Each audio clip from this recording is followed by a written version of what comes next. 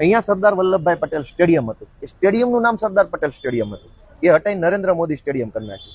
International cricket match જ્યારે રમાતી હોય ત્યારે સતત એવો મોદી સ્ટેડિયમમાં ક્રિકેટ, મોદી સ્ટેડિયમમાં છક્કો માર્યો, મોદી સ્ટેડિયમમાં ચોક્કો માર્યો. એ દિવસે તમે સરદાર પટેલનું નામ હટાવી દીધું ત્યારે તમને પટેલો યાદ ન આવ્યા.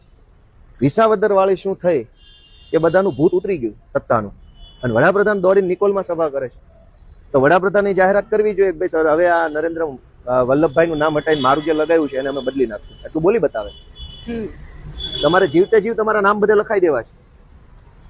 તમે જીવો છો ભાઈ, મૃત્યુ પામો પછી 2 બ્રિજ તમારા નામના બનશે, 2 શાળા બનશે, 2 દવાખાના, એ બધું બરાબર છે. દેશ બનાવશે, દેશને તમારું યોગદાન જેવડું લાગ્યું છે એવડું. તમે જીવતે જીવ તમારા નામના પાટિયા મારી દેશો, એટલી શરમ નથી?